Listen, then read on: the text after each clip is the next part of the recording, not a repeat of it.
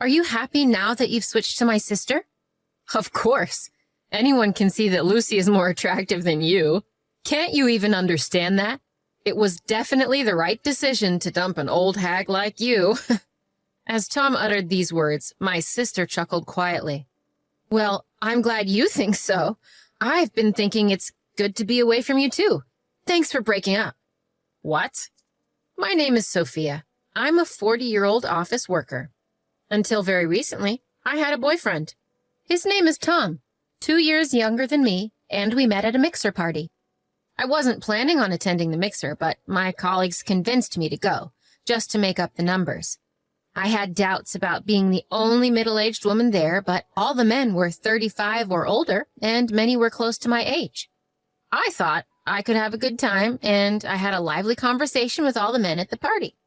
Amidst all this, it was Tom who was keenly interested in me. Tom and I had similar tastes, such as liking the same artist, smoking the same brand of cigarettes, and enjoying the same food. We clicked well, and Tom started inviting me out on dates and for meals. After that, we started dating and our relationship progressed smoothly. Sophia, your cooking is delicious. Thanks.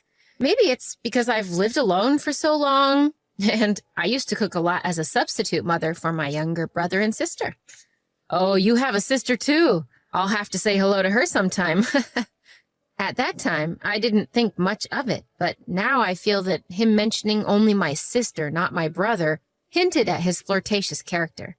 We started dating about 1.5 years ago, and even then he showed signs of being emotionally abusive. Sophia, is dinner ready yet?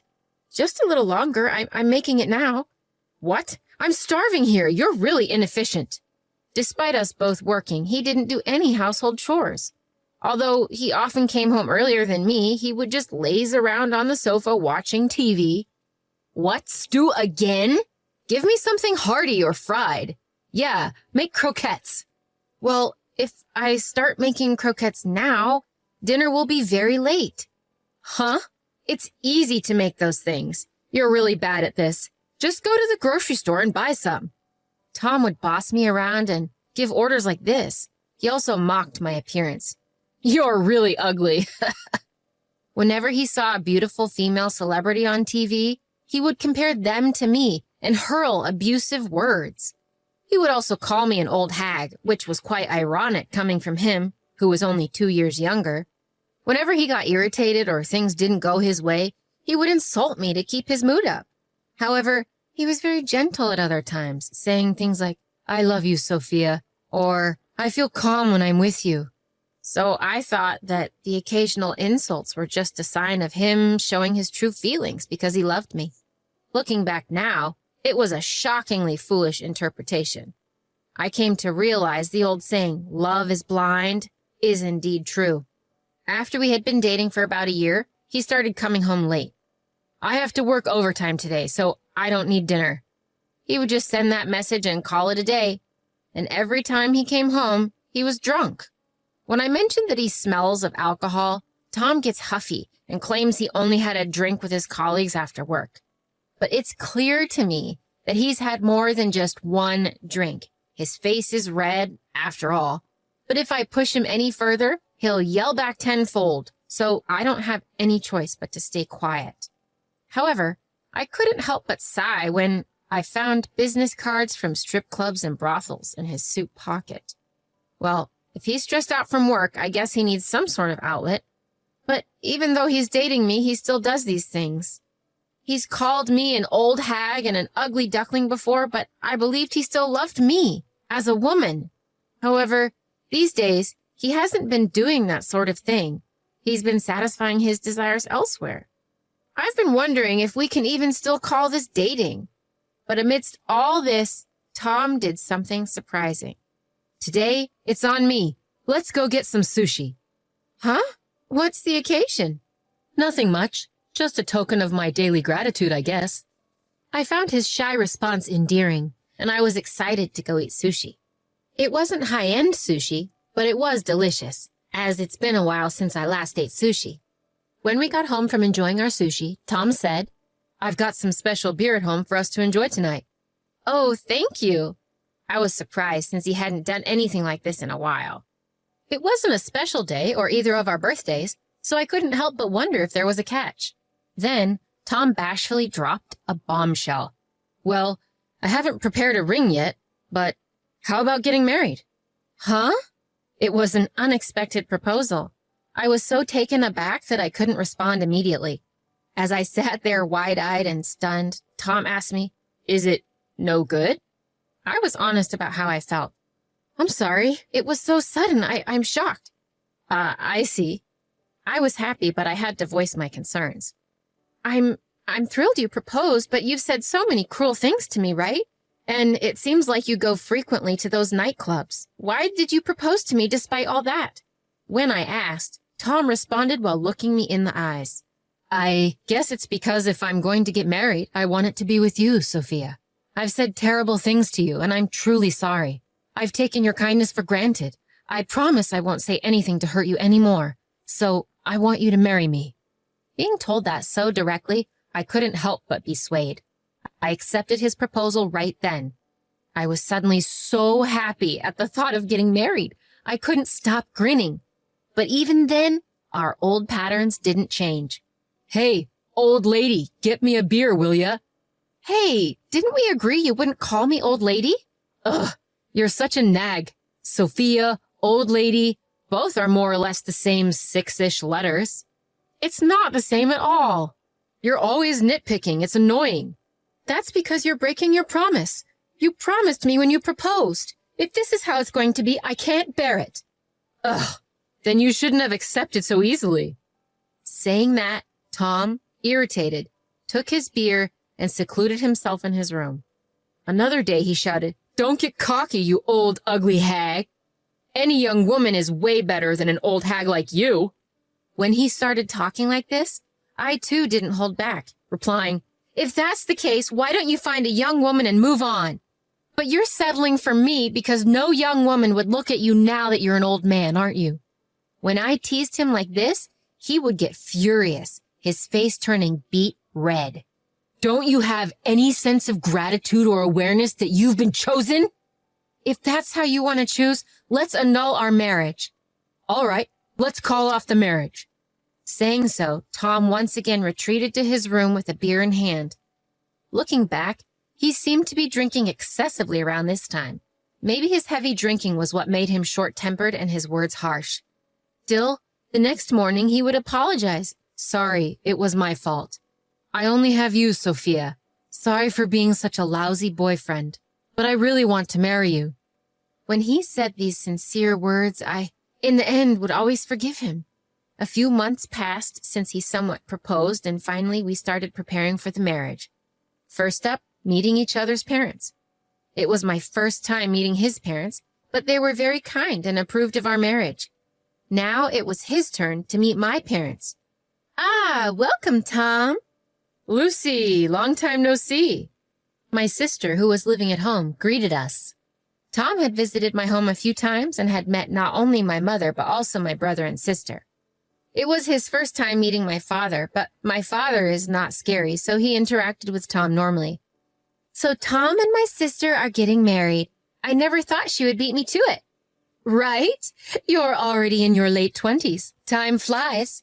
"Hey, Mom, stop teasing me about that." My sister puffed up in anger while my mom laughed maliciously. In fact, my sister and I have quite an age gap. She is currently 28. That means there's a 12-year gap between me, who just turned 40, and her. Even though she's in her late 20s, my sister has a beautiful face, so she looks more like she's in her early 20s. My family approved of the marriage, and Tom and I steadily prepared for our wedding. But then, out of nowhere, he suggested we break up. I didn't understand why. Why? We're about to meet both families. We don't have to cancel the family meetings." "What do you mean?" Then the doorbell of our house rang. Wondering who it could be at such a time, it turned out to be my sister. "Lucy, sorry, I'm a bit busy right now." "No problem. I'm involved too." "Huh?" With that, my sister strode into our house. When I followed her, Lucy called out, "Tom!" and to my surprise threw her arms around him. Oh, you sure took your time, didn't you? He chuckled. I was picking out some cute lingerie for you, Tom, and that made me late, Lucy laughed. Really? Can't wait, Tom said, patting Lucy's bottom.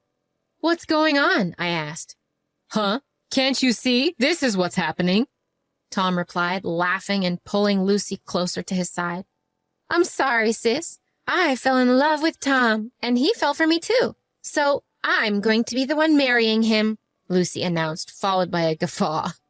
Unbelievably, just before our wedding, Tom switched from me to Lucy, as if she had just proposed to him. I felt like I was about to faint from shock. We'll be moving to our new home now, Tom said, heading into his room and coming out almost immediately. It appeared that he had already packed his belongings.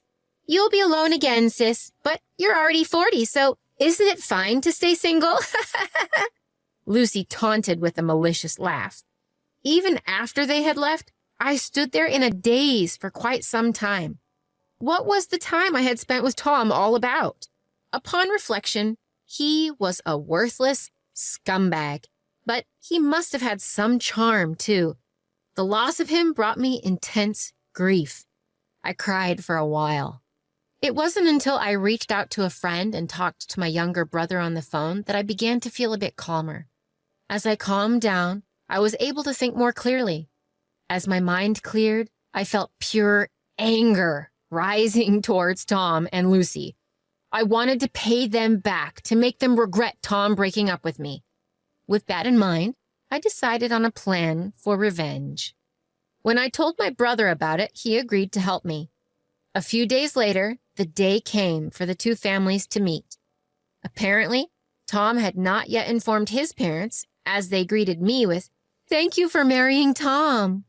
My parents, too, seemed to be in the dark, greeting the other couple as Sophia's parents. Then, Lucy dropped the bombshell. Actually, I'm the one marrying Tom.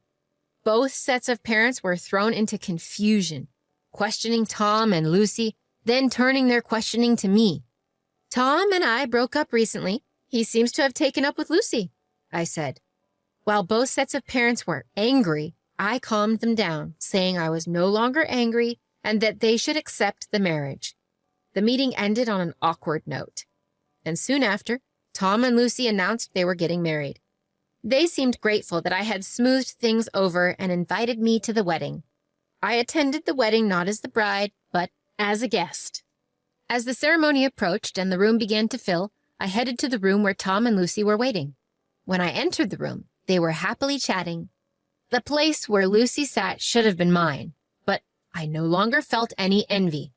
"Tom, Lucy, congratulations on your wedding," I said as I entered the room. They seemed surprised to see me, but quickly approached with smug smiles. "You really have some nerve, don't you? Any normal person wouldn't come to the meeting or the wedding after being dumped by their boyfriend for their sister." "You're definitely a bit off, aren't you?" Lucy added, grinning. I asked Tom with a gentle smile on my face, "Are you happy now that you've switched to my sister?" Then Tom burst into laughter and said, "Of course. Anyone would agree that Lucy is more attractive than you. Can't you see that? It was absolutely right to ditch an old hag like you." Hearing Tom's words, my sister Lucy giggled as well. "Good for you. I'm glad I'm free from you too. Thanks for breaking up with me." "What?" Tom seemed flustered, not expecting such a response from me. My proud sister, irritated by my composed statement, bit back. "Sophia, you must be envious. You're pretending to be strong, which is lame. You must be unbearably regretting that I took your boyfriend, right?" "Well, anyone who's happy about being cheated on is just a pervert and the minority. I was frustrated too, but when I thought about it calmly, I genuinely felt good about breaking up with such a terrible man." "What the hell is that supposed to mean?"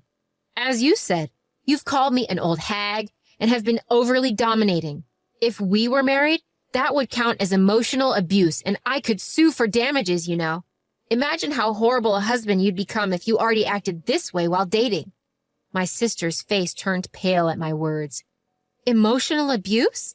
Tom, is that true?" Tom hurriedly denied it. Lucy, don't believe her.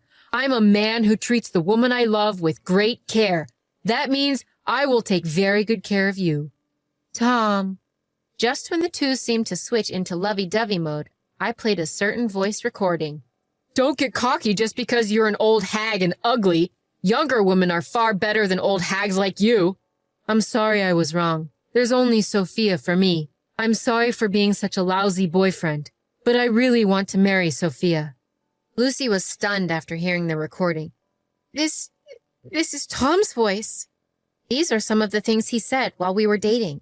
He'd throw harsh words at me one day and ask for forgiveness with sweet words the next. This is his pattern. No way. It seemed that Tom hadn't anticipated I'd be prepared with such evidence, and he snapped at me in a state of panic. Hey, stop messing around, you old hag. You're just nasty. I'm glad I didn't marry you, ugly, old, and bad-tempered. What's the point of living? Just as Tom said this, the door of the green room banged open. In walked Tom's parents. Tom, that's enough. Stop embarrassing yourself in front of our relatives. What? What's going on? Your conversation has been broadcast throughout the entire house. Everyone heard. No way! Tom went pale all at once. No. Is this some kind of a joke? My words were... Every attendee heard it all today. I'm disappointed to hear you're such a pathetic man, Tom. I'm going to apologize to the guests right now. Get moving. Tom's father grabbed Tom by the scruff of the neck, and he was ushered out of the waiting room. Lucy collapsed onto her knees, looking completely stunned, and hung her head. Both Tom and Lucy had paid a heavy price this time. They found no sympathizers among relatives, colleagues, and friends, all of whom distanced themselves. Tom, who worked in a predominantly female environment, seemed to have been demoted due to the scandal. Lucy, on the other hand, was warned by her friends that they couldn't hang out with someone who would steal her sister's fiancé, that their own boyfriends or partners might be next. As a result, no one invited her out anymore. However, once she found out that Tom was abusive, she seemed to have completely lost interest in him, and they ended up breaking up. But since they had already submitted their marriage license, they became divorced almost instantly after having spent a fortune on the wedding. Lucy was cut off by her parents, brother, and me after the incident and is now reportedly forced to live a frugal life in a cheap apartment working as a freelancer. Now, the reason why our conversation was broadcast throughout the venue at the wedding was because of a favor from my brother. He owns a company that handles sound systems, not just for large-scale events and concerts, but also for most of the weddings in our area. The venue for Lucy and Tom's wedding was handled by my brother's company. So, he explained the situation to the staff beforehand and had them put a small pin microphone on me to broadcast our conversation to the venue. I didn't expect Tom to make such a spectacle of himself, but the plan was a complete success, and I had my revenge. Afterwards, I decided to throw myself into my work. I was promoted and was put in charge of a project where I ended up dating a man from a client company. He is the same age as me and is divorced, but it seems the reason was his wife's infidelity. He is very kind, doesn't change his attitude suddenly or make harsh remarks, and always speaks to me gently. We haven't talked about marriage yet, but I feel like I can be with him for a long time. But I'm not hung up on marriage anymore, so for now, I'm going to fully enjoy the time I spend with him.